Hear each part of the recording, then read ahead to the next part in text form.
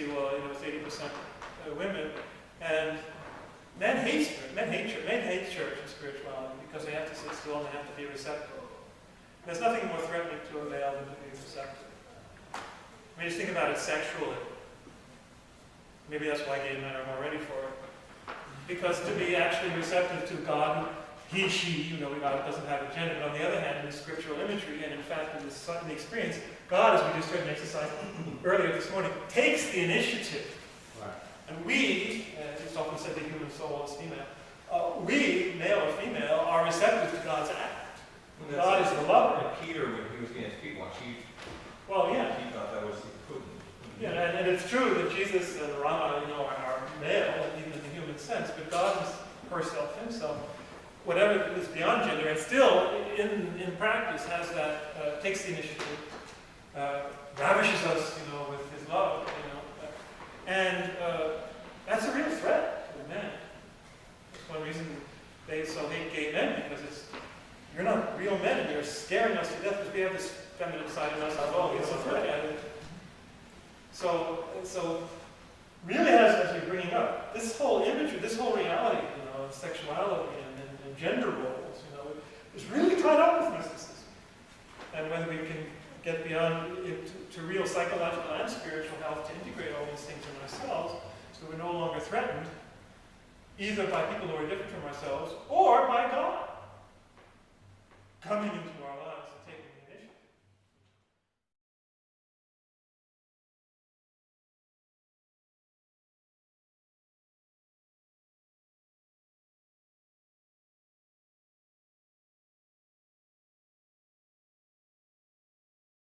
And look at the Song of Songs, this wonderful text in the Jewish scriptures, which both Jews and Christians were reluctant to put into the canon of Scripture because it was so sensual. And it doesn't even mention God. It doesn't have to. You find God in the experience. Huh? So that's what contemplation is too. You don't have to talk about God or have a concept of God, you just experience God. So, in the love between two people, you find God, which somehow is actually in Scripture. When John says, whoever loves, doesn't say whoever loves God, he says whoever loves is born of God and knows God. I've preached on that so many times because it's just astounding. I mean, that's a world-shattering and mind-shattering statement. Whoever loves knows God and is born of God. Born of God. Because God is love. And that's already, mind-boggling. God is love. That's it. You got it. Or you didn't. God is love. So whoever loves knows God and is born of God. So we got to listen to our experience here.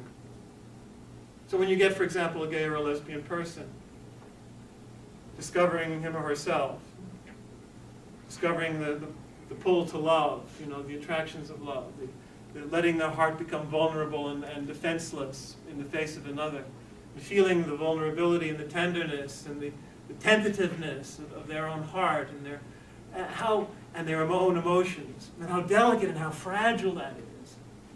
And to venture out and to discover, the beauty of it, the possible beauty of it. And then have someone come along and say, that's hard, that's bad, that's objectively disordered or whatever. That's a horrible, horrible thing to do to a person. Because we're missing what the Scriptures and what God is all about. That love surpasses everything. Jesus' final commandment, one final commandment I give you before I pass to the Father: love one another as I have loved you. Share my own love for the Father, our own love affair, which isn't male and female, it's the Trinity. Who can figure that out? So all sorts of alternative lifestyles, beginning with the Trinity. So to experience that and to realize that's what we're all